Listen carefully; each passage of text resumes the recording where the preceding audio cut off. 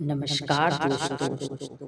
गीता ज्ञान बढ़ाना है, जन जन तक गीता को पहुंचाना है।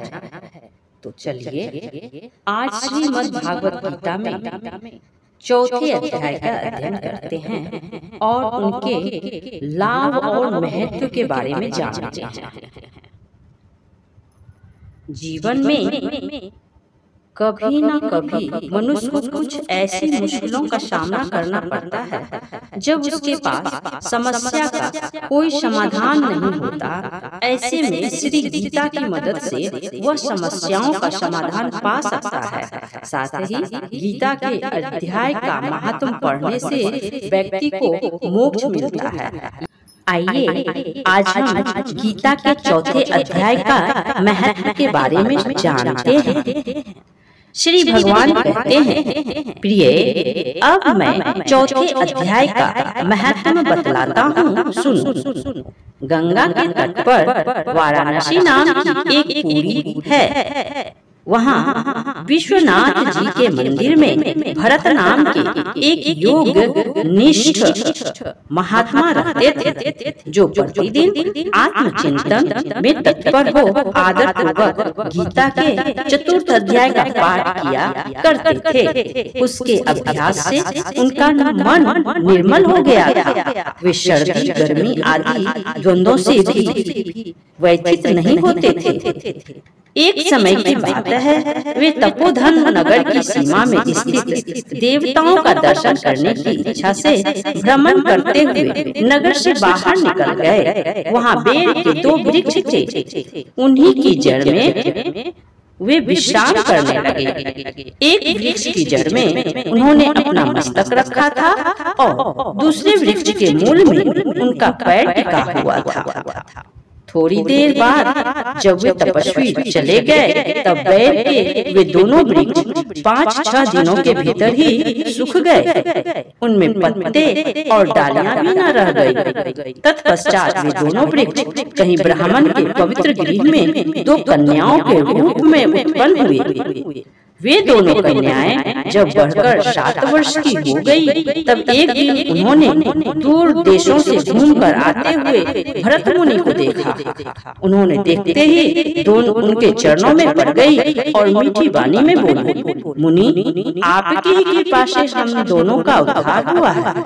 हमने बेर की योनि त्याग कर मानव शरीर प्राप्त किया है। उनके इस प्रकार कहने पर मुनि को बड़ा विस्मय हुआ।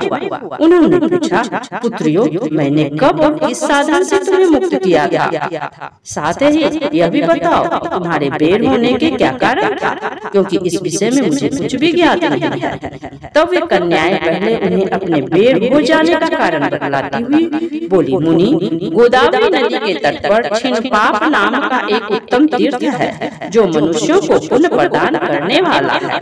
वह पावनता की चरम सीमा पर पहुँचा हुआ है।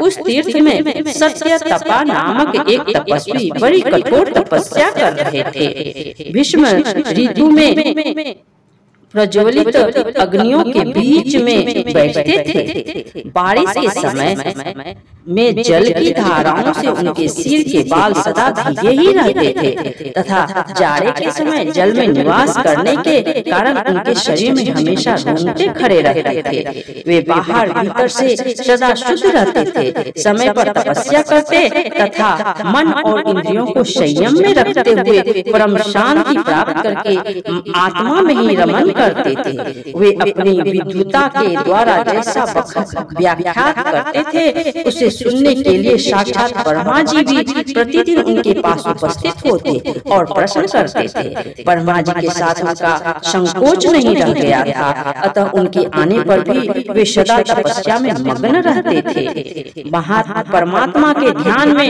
निरंतर संलग्न रहने के कारण उनकी तपस्या सदा बढ़ती रहती थी। सत्य तपा को जीवन मुक्त पुत्र के समान मानकर इंद्र को अपने समृद्धिशाली पद के संबंध में कुछ भय हुआ।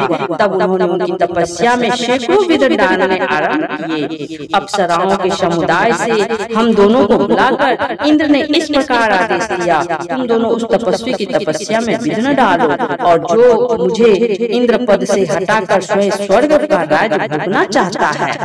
इंद्र का यह आदेश पाकर हम दोनों उनके सामने चलकर गोदावरी के तीर पर, जहाँ वे मुनि तपस्या करते थे, आई। वहाँ मंद और गंभीर स्वर से बजते हुए मृदंग तथा मधुर वेणुनाद के साथ हम दोनों ने अन्य अप्सराओं सहित मधुर स्वर में गाना आरंभ किया।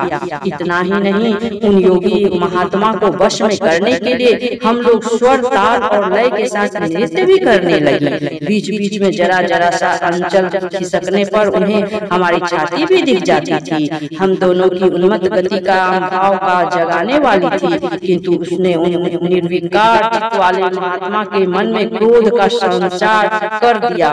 तब उन्होंने हाथ से जल छोड़कर हमें क्रोध पूर्वक शाप दिया, अरे तुम दोनों गंगा जी के तट पर बैठ के भिक्ष हो जाओ। यह सुनकर हम लोगों ने बड़ी विनय के साथ कहा, महात्मन, हम दोनों पराधीन थी, अतः हमारे द्वारा जो दुष्कर्म बन गया उसे आप क्षमा करें। यह कहकर हमने मुनि को प्रसन्न किया। तब उन पवित्र चित्त वाले मुनि ने हमारे शाप उतार की अवधि निश्चित करते हुए कहा, भरत मुनि के आने पर ही तुम पर शाप लागू होगा, उनके बाद तुम लोगों का मृत्यु लोक में जन्म होगा, पूर्व जन्म की स्मृति बनी रहेगी। मुनि, जिस समय हम दोनों को बेर के वृक्ष के रूप में खड़ी थी, उसमें आपने हमारे समीप आकर गीता के चौथे अध्याय का जप करते हुए हमारा उद्धार किया था, अतः हम आपको प्रणाम करते हैं। आपने केवल शाप से ही नहीं, इस भयंकर संसार से भी गीता के चतुर्थ अध्याय के पाठ द्वारा हमें मुक्त कर दिया।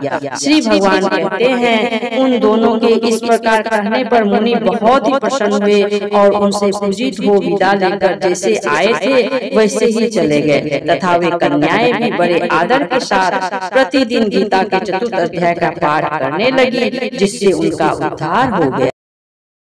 इस प्रकार गीता का चतुर्थ अध्याय पाठ समाप्त होता है। आपको ये हमारा पाठ कैसा लगा? आपको हमारा ये वीडियो पसंद आ रहा है कि नहीं, एक कमेंट करके अवश्य बताइएगा। और हाँ, हमारे चैनल को लाइक, शेयर और सब्सक्राइब जरूर कीजिए, ताकि आने वाला वीडियो आपको मिलता रहे। हमारा वीडियो लास्ट तक देखने के लिए आपको बहुत बहुत धन्यवाद।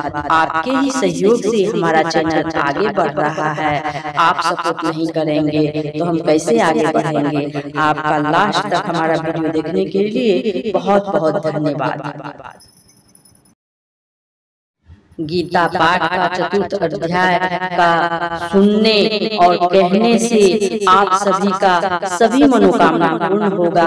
इसलिए गीता पाठ को करिए और गीता को आगे बढ़ाइए। जन जन में गीता पाठ का ज्ञान बढ़ाएं और सभी को बताएं, सब जगह शेयर करें कि लोग गीता का पाठ करें। ये जरूरी है, मनुष्य के लिए बहुत जरूरी है। जब टाइम मिले आप करें पाठ। धन्यवाद।